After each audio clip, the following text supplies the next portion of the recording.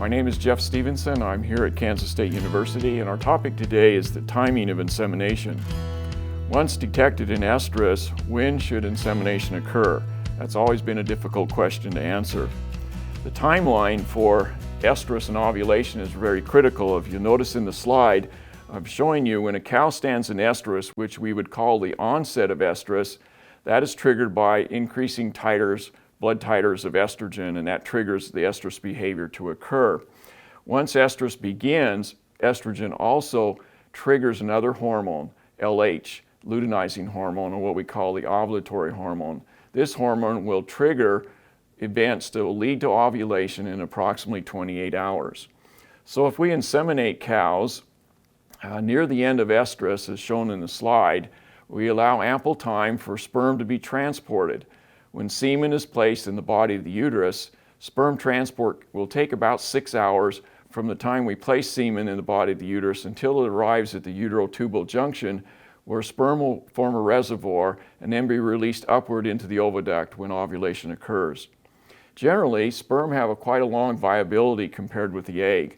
Anywhere up to 30 hours, sperm can remain viable in the reproductive tract of the cow.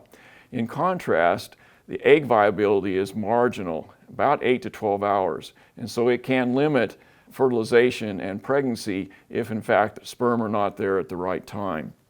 This slide illustrates some data that was captured at Virginia Tech looking at conception risk based on the time at which insemination occurred relative to the onset of estrus. Note that the optimal time for breeding cows is somewhere between about 4 and 12 hours after the onset of estrus. That becomes problematic because we don't always know when the cow stands for the very first time or when the onset of estrus occurs. And so we usually follow 3 options.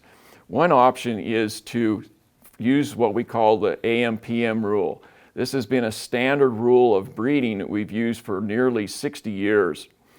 And that depends upon watching cows twice a day, in the morning and the evening.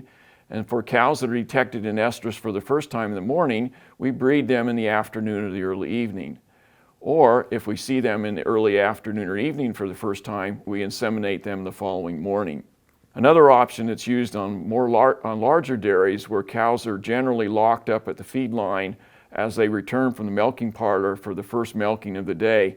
Breeders will walk behind cows and determine what cows are going to be inseminated based on chalk removal, paint removal, or some other type of more technical type of activity monitor. The research shows that in fact fertility is similar between cows that are bred twice a day or those that are only bred once a day. So the once a day cows are inseminated if they showed any activity in the previous 24 hours. In smaller herds, we may inseminate cows anytime once we found them in estrus, but for larger herds, this is more problematic.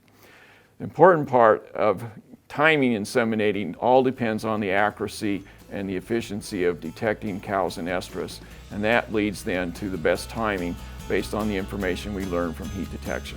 For more information about this topic, you can contact USLGE, or my contact information is found on the screen.